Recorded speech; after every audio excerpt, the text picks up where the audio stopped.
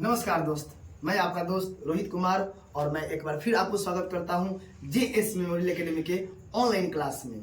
और हम लोग पिछले 12th के गद्य खंड के पाठ परिचय में पार्ट 1 में कुछ वीडियो देखे थे, कुछ पाठ तक आपको ट्रिक के माध्यम से याद करवाए थे, जो आप लोगों ने उस वीडियो को बहुत प्यार दिया। तो उसी प्यार के बदले में मैं फिर आपके सामने एक बार उसका पार्ट 2 वीडियो लेकर हाजिर हूं और इसको आप देखिए कि किस प्रकार से ट्रिक के माध्यम से याद कर पा रहे हैं, है ना। 12th का पार्ट 2 वीडियो गद्य खंड का हिंदी है ये, ठीक है। आगे देखते हैं पाठ का नाम, देखिए ध्यान से, क्या है पाठ का नाम। पाठ का नाम है प्रगीत और समाज। प्रगीत और समाज के लेखक हैं नामवर सिंह। क्या है? नामवर सिंह। और यह क्या है? निबंध है। प्रगीत और समाज के लेखक हैं नामवर सिंह और यह एक निबंध है। साथ साथ बोलिएगा।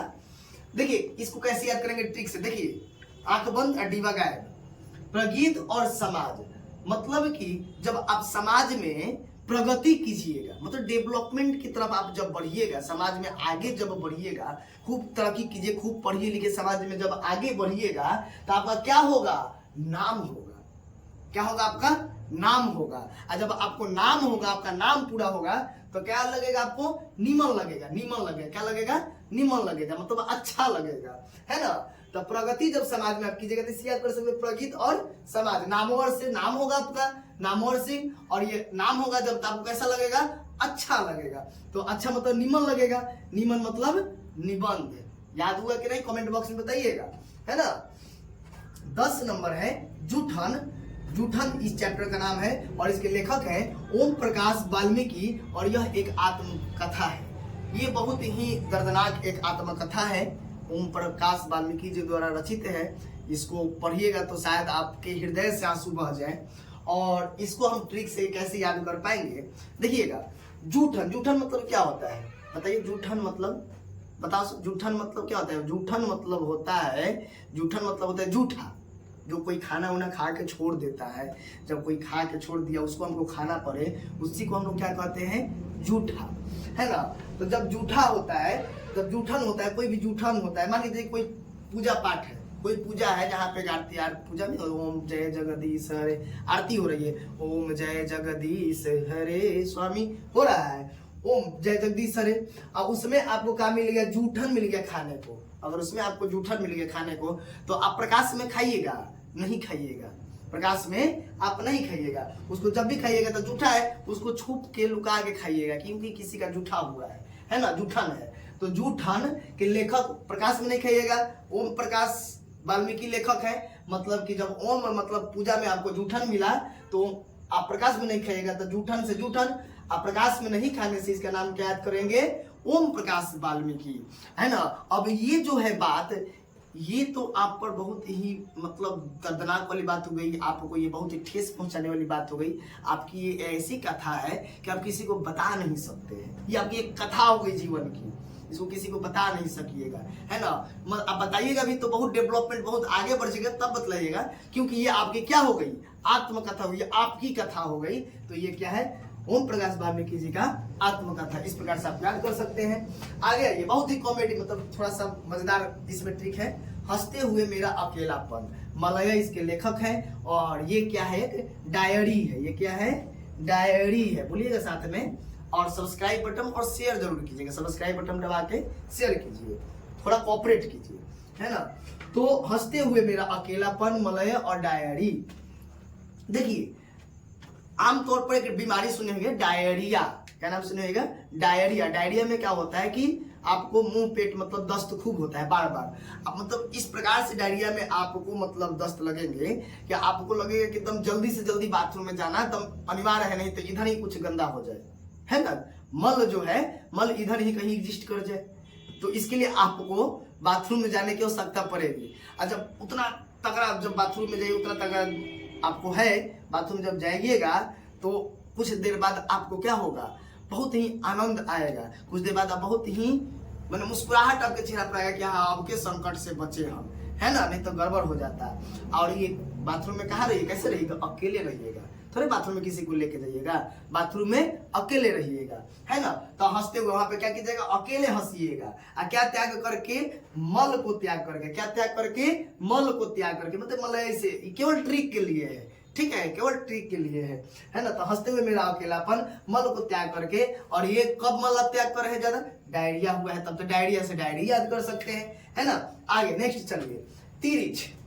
तिरिच के लेखक हैं हमारे उदय प्रकाश, और ये एक क्या है, कहानी है। तिरिच देखिए, तिरिच, तिरछी नजरिया मोरी हाय हाय हाय, सुने हैं कि नहीं सुने हैं, नहीं सुने होइएगा, हम भी पहली बार गा रहे हैं इसे। तिरछी नजरिया मोरी हाय हाय। तिरिच, तिरिच जो है आप कैसे याद कीजिए, जैसे कि फिर एक कॉमेडी धांसू, मतलब ये इसका ट्रिक है।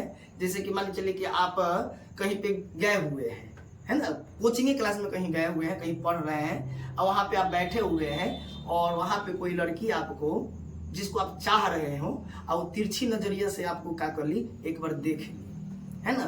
जैसे तिरछी नजरिया से देखी तो आपके मन में सुबह हो गया, माने भोर हो गया, उदय हो गया, सूर्य के प्रकाश जो था वो क्या हो गया, उदयवान हो गया। आपके मन में एक जिज्ञासा सा जगह, क्या तेरी लग रहा है कि काम बनने ही वाला है ना। आपके मन में ये क्या हुआ, एक जिज्ञासा जगह, दम तिरछी नजरिया जैसे आया तैसे आपके मन में उदय हुआ, प्रकाश हुआ, दम अभी दम मन में जगह क्या, ना अब काम बनने वाला है ना। अब ये जो उदय प्रकाश जब आपके मन में जो प्रकाशित, जो मन आपका प्रकाशित हुआ है, इसको आप कहानी बनाइएगा अपने जीवन की, कि नहीं हम जब पढ़ रहे थे इस क्लास में, 12th में थे, तो ऐसे ही फलाना हमको, है ना, कोई भी नाम धर लीजिए, मान लीजिए भगजोगनी हमको तिरछी नजरिया से देखी थी, तो हमको प्यार हो गया था। ये आपकी क्या हो गई, कहानी हो गई, है ना। तो तिरिच से उदय प्रकाश आपके मन में उदय हुआ, और ये क्या है, आपकी कहानी है। 13 नंबर और सबसे लास्ट इस खंड का, आइए देखते हैं शिक्षा। शिक्षा के लेखक हैं जिद कृष्णमूर्ति, और ये क्या है, संभाषण है। देखिए ये तो बहुत ही आसान है, बहुत इजीली है, एक बार में याद हो जाएगी। शिक्षा कब ग्रहण कीजिएगा, शिक्षा कब ग्रहण कीजिएगा, जब आप जिद्दी बनिएगा। शिक्षा तब ग्रहण कीजिएगा जब आप जिद्दी बनिएगा। शिक्षा ग्रहण करने में हजारों रास्ते में आपको तकलीफ आएगी, बाधाएं आएंगी, लेकिन आपको जिद्दी की तरह, पहाड़ की तरह आपको अडग रहना होगा, अटल रहना होगा, कि हमको कोई तोड़ नहीं सकता है, तभी आप शिक्षा को ग्रहण कर सकते हैं, है ना। डॉक्टर भीमराव अंबेडकर कहे हैं कि शिक्षा वह शेरनी का दूध है, जो पिया है वही दहाड़ा है। तो शिक्षा ग्रहण करने के लिए आपको सबसे पहले पहाड़ की तरह रहना होगा, कि कितनी भी तूफान आए, कितनी भी नदियां की पानी आए, लेकिन हम हिलेंगे नहीं, है ना। जब तक तोड़ेंगे नहीं तब तक छोड़ेंगे नहीं। तो जिद्दी बनना पड़ेगा। जब जिद्दी बन जाइएगा, मान के चलिए जिद्दी बन जाइए, शिक्षा ग्रहणों के लिए जब पढ़ रहे हैं तब तक कोई आपको सपोर्टिंग करने वाला, आपके माता पिता गुरु, 3 ही आदमी आपको सपोर्ट करेंगे। बाकी सब रिजल्ट मामा नाना फूफा जितना भी है लोग, सब लोग पूछेंगे का खाली पढ़बे करब क्या कुछ होई, हम देखा तब फलाना के बेटा पढ़ के कमा के ट्रैक्टर गावे किनल, ये सब पूछेंगे, है ना। लेकिन जैसे आप पढ़ के जिद्दी बने, पढ़ लिए, नौकरी हो गई, वही लोग कहेगा अरे हम तो पहले ही से जानते हैं कि भाई पढ़े लिखे में ठीक बा, तेज बा, कुछ करी, है ना। भले अंदर से उस तो खोखला हो गया हो, लेकिन वो आदमी बोलेंगे। जैसे 12th में आपका अच्छा नंबर आ गया, अभी क्या खाली बेगे ढोतर रे, खाली बेगे झमकावला से हुई, अभी तरह तरह के बात सुनने को मिलेगी। लेकिन जैसे अगर मान लीजिए कि आपका नंबर आ गया 90% प्लस, लड़का ठीक रहे पढ़े से, शर्मा जी के लड़का पहले से ठीक रहे, तो लोग संभाषण करने लगेगा, माने आप पर भाषण, कमिटमेंट करने लगेगा कि ना हम जान रहे थे, हम बताए थे पहले, ये बात है वो बात है। याद हो गया होगा, शिक्षा जिद से ग्रहण कीजिए और कृष्ण जी की तरह बनिए, और ये लोग इस प्रकार करेंगे, आपको भाषण करेंगे कि ना बहुत बढ़िया लड़का है ना। तो वीडियो कैसा लगा है जरूर बताइएगा, और धन्यवाद, नमस्कार, जय हिंद।